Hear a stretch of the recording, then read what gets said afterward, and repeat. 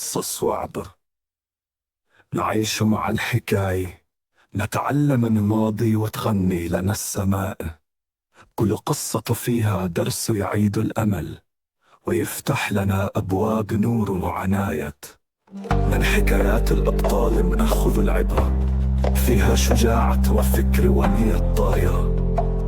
كل حدث يعلمنا كيف نتجاوز صعوبات الحياة. أن شيخا عالما كان يمشي مع أحد تلاميذه بين الحقول، وأثناء سيرهما شاهد حذاء قديما اعتقد أنه لرجل فقير يعمل في أحد الحقول القريبة، والذي سينهي عمله بعد قليل.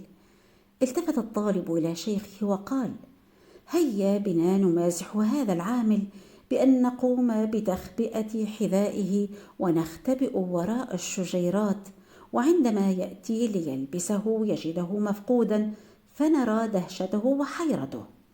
فأجابه العالم الجليل: يا بني، يجب ألا نسلم على حساب الفقراء، ولكن أنت غني ويمكن أن تجلب لنفسك مزيدا من السعادة، والتي تعني شيئا لذلك الفقير، بأن تقوم بوضع قطع نقدية بداخل حذائه ونختبئ كي نشاهد مدى تأثير ذلك عليه.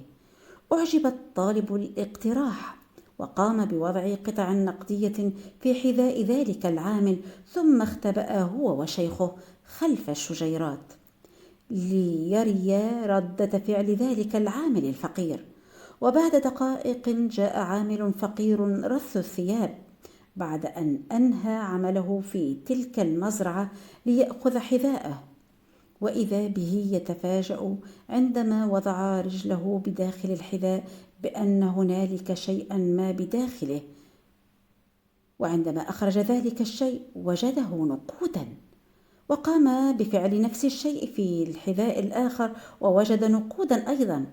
نظر مليا إلى النقود وكرر النظر ليتأكد من أنه لا يحلم.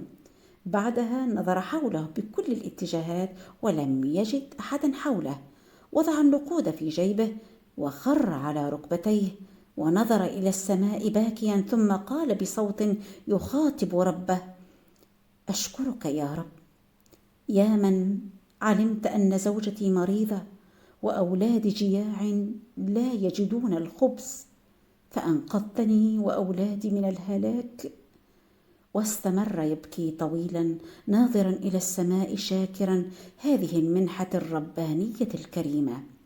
تأثر الطالب كثيرا وامتلأت عيناه بالدموع. عندها قال الشيخ الجليل: ألست الآن أكثر سعادة مما لو فعلت اقتراحك الأول وخبأت الحذاء؟ أجاب التلميذ: لقد تعلمت درسا لن أنساه ما حييت.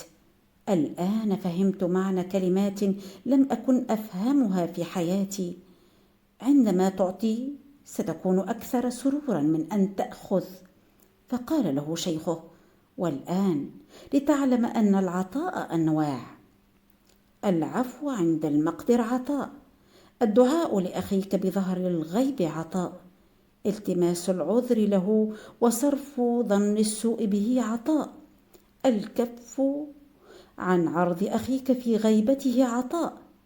فهذه بعض العطاءات، حتى لا يتفرد أهل الأموال بالعطاءات وحدهم.